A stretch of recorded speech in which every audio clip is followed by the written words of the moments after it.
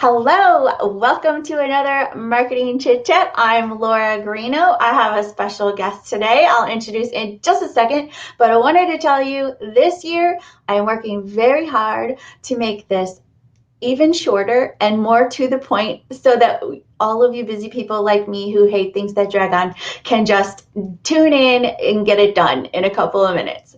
So, with that said, today we're talking about streaming TV advertising, right?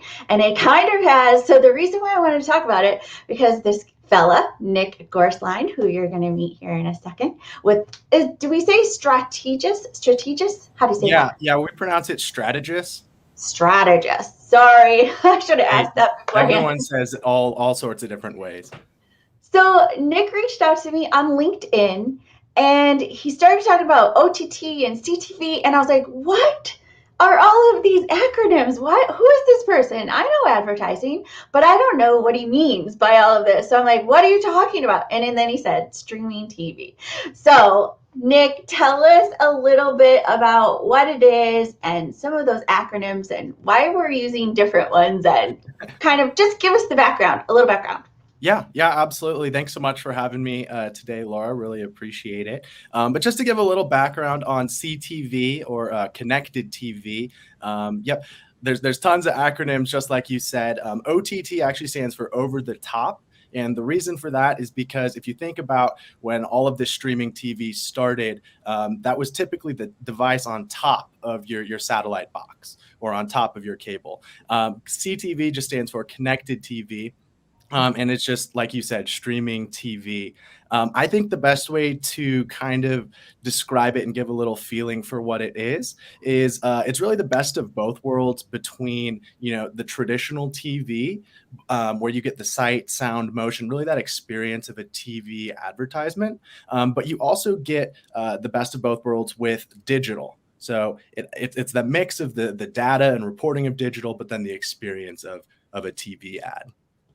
Okay, that makes more sense. And when we say, just so I'm clear, when we say CTV, so CTV used to come from like security cameras. They always used to say CTV when they're talking about security. When I used to have clients that were, they put in security systems and video. Yeah. Is that all it means? No, so I think that was like closed circuit TV. Oh, okay. Good.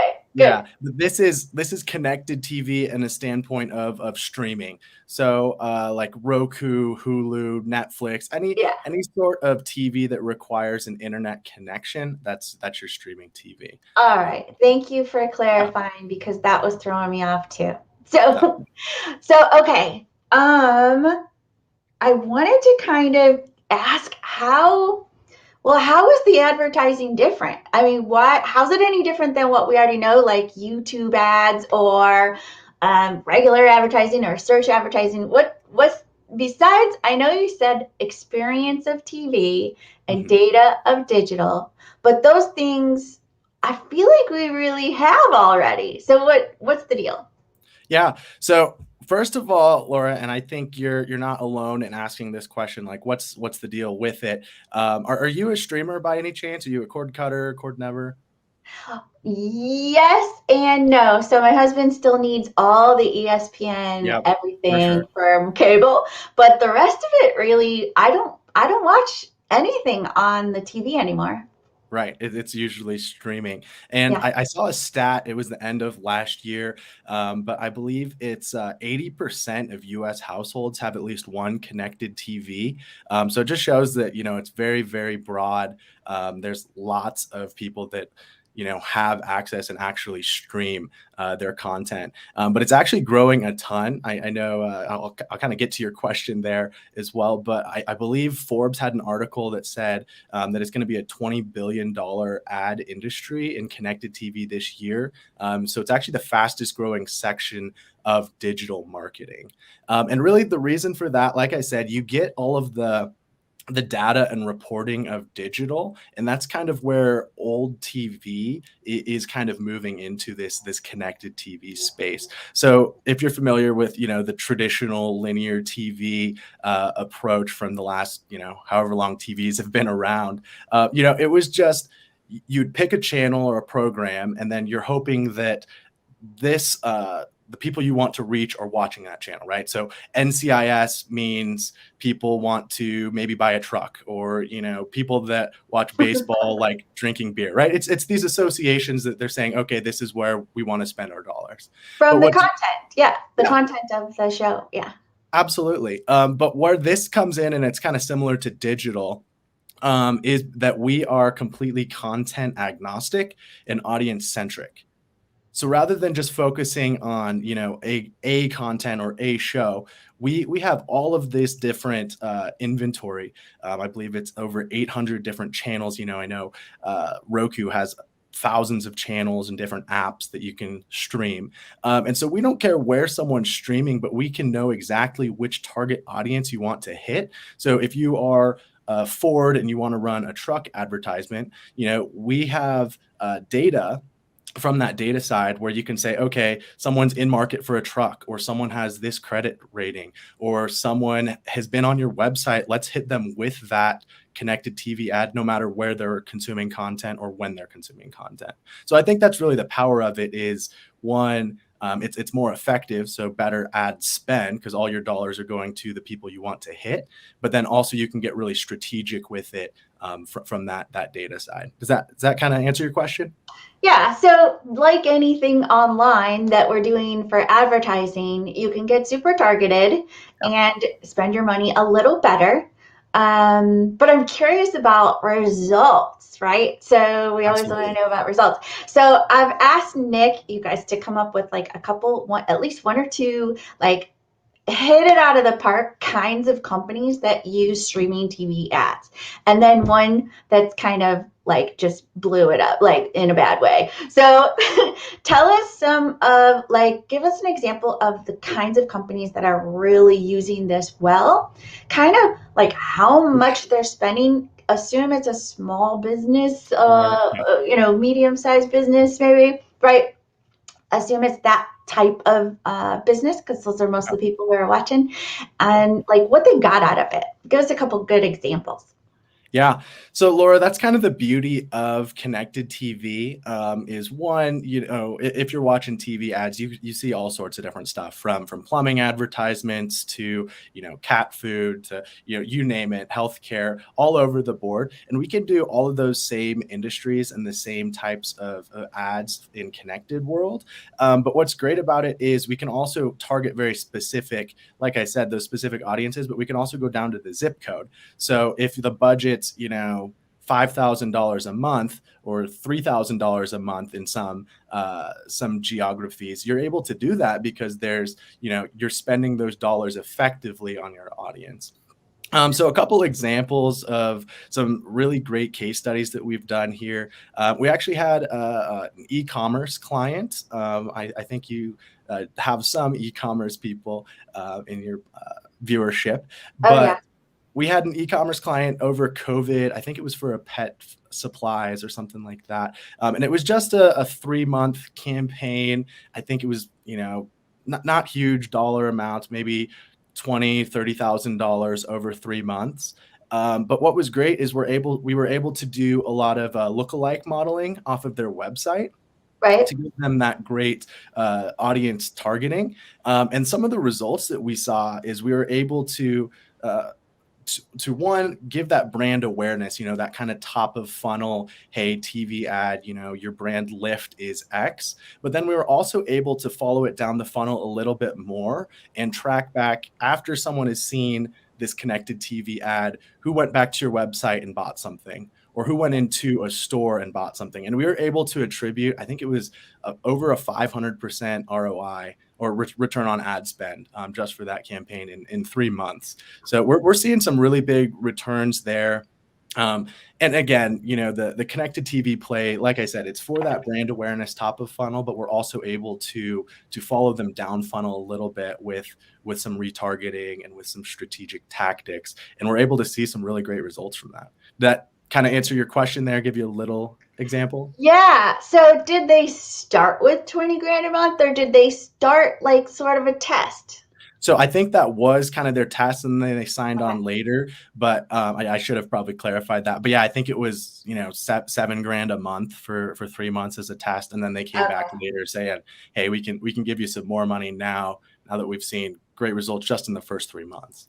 Yeah, and the attribution. Mhm. So how do you know, you might not know, how you were sort of delineating the attribution from someone who may have seen something else first and then got to the website? How are you doing that? Yeah. So, are you familiar at all with identity graphs and how everything, all these devices are connected? Yeah. Okay, so we use 4 different identity graphs to deterministically say, you know, this device was served an ad. So Laura's TV was served this, you know, pet food ad, and then an hour later, and we can set up all these different parameters, whether it's an hour or Yeah. 30 minutes after, whatever. 30 minutes later, Laura's phone, you know, went back to the website, made a purchase, et cetera, et cetera. Okay. So did you pick, was it a pick, is it always picked as an hour after or within 30 minutes, or what is that usually set at for you guys to really say that's ours? So it kind of depends on the client and on the vertical.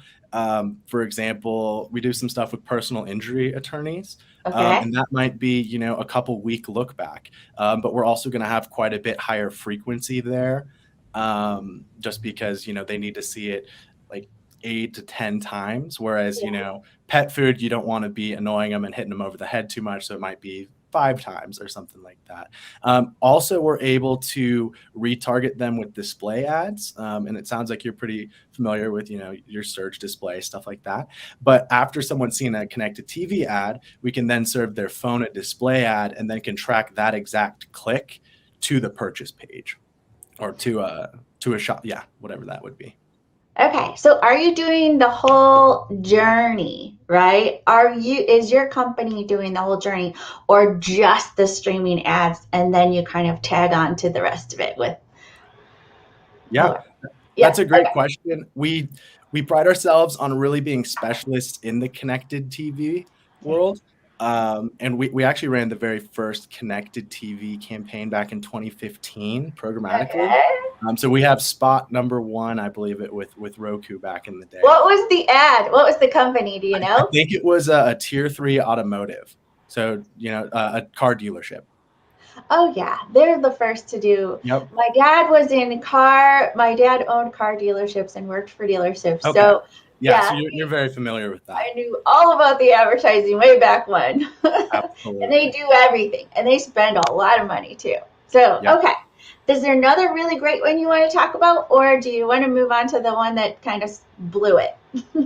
So I think, you know, there's a lot of other different examples that we've seen really great success with. I think automotive, like I just mentioned there, that was the first, you know, really one of the drivers that got us into this space, really helped us think through what's next, think through some of these other attribution products, whether that's, you know, foot traffic, because they really care about people going into Yeah, dealerships. yeah. So, Or how are you helping them to track foot traffic Yeah, it's based kind of on, it's yeah, crazy how much everything's connected, but because mobile devices, so your phone, um, okay, when your phone is within a geofence radius around or within their dealership yeah. for, I think we set the dwell time for you know, 3 minutes or something like that, so it wasn't just you, you know, passing by. Yeah, we totally need to talk about geofencing on this show. Okay. Because I know it's fascinating. Anyway, Oh yeah. blah blah. What's next? What other kind of small businesses can really use this, and what would be like a minimum that they could spend to get something Totally. out of it? Yeah, totally. So we typically say about $3,000 a month to kind of start from there. Anything less than that, because CTV is a bit of a premier, and you know, it's still a bit cutting edge. It's a little bit more expensive. So in order to get those impressions, you really need to have, you know, $5,000 a month. But that does depend on what the goals of the campaign are, what the, you know, what the geography is. If you're just hitting, you know, a handful of zip codes there in North Carolina, that's definitely fine. If you're trying to do a national campaign, $3,000 isn't really going to move the needle at all. Yeah. So about let's say, okay, we talked about babbling. We talked about one of the amazing returns, 500%, right? That's amazing. What's an average return people can expect? So again, it really depends what they're trying to do. Some campaigns, they're just doing it more for brand awareness, or they're doing like a brand lift study. So maybe they're just trying to get a 5% brand lift, which is a great metric there. And I think that's pretty average. But, so I can't really say, hey, the average return on investment is 400% or whatever, because every business is a little different as far as what they're trying to sell and track. But you did, are we still good on time? Are we up against the clock? Yeah, we're okay. We're okay. So I know you asked for kind of an example of what might not have worked as well, or where CTV isn't the best. And the answer to that is just direct response campaigns typically aren't as good. Okay. Because we've found that the audience, like I said, it's audience centric, and it's less of the daytime viewers that are really gonna, call now to order these pots and pans. It's more of the on-demand viewers that are watching their content on their time. Does that make sense? Yeah, it does. Was there someone when I think about e-commerce, right? You could absolutely get average numbers out of that. So I'd be curious about that for future. Yeah. But average return, if you're really doing that attribution the way whatever for each one, I'd be curious about what the average is, and then what it really didn't do. Because e-commerce is direct response, right? Yeah. You see an ad, please buy it. Those are the kind of things that you could sell really fast, right? You can sell this at the right time, and if people are doing brand awareness or brand lift, right, it's really a different goal. Sure.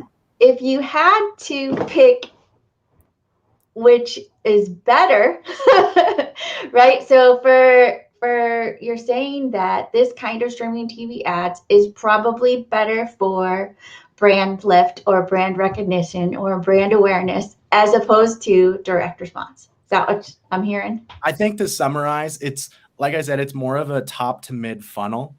And so it's great because it can bring that awareness, and it really helps, drive some results, but it's not necessarily that direct, buy right now. There's different things we can do afterwards, to move them down that funnel and show that story. But yeah, like you said, it wasn't designed as a, complete direct response type of campaign, just like TV, right? And have you worked with what's the kind of breakdown B2B, B2C? Is it 85% B2C? Yeah, I'd say probably 70% B2C. Yeah, you'd be surprised. There's quite a bit B2B. That we have a lot of great B2B data segments as well. Okay, well, this is great. Is there anything else you would like to say? Yeah, I don't think so. I mean, I put in my contact information, so if anyone has any other questions or wants to reach out, I'd be happy to continue the conversation or answer some questions there. But yeah, thanks so much for having me, Laura. I hope it was helpful. Sweet, definitely. Thank you, Nate. We'll see everyone else next week, Wednesday, 11 a.m. Eastern Time. Have a great 2022. Welcome to 2022. Bye.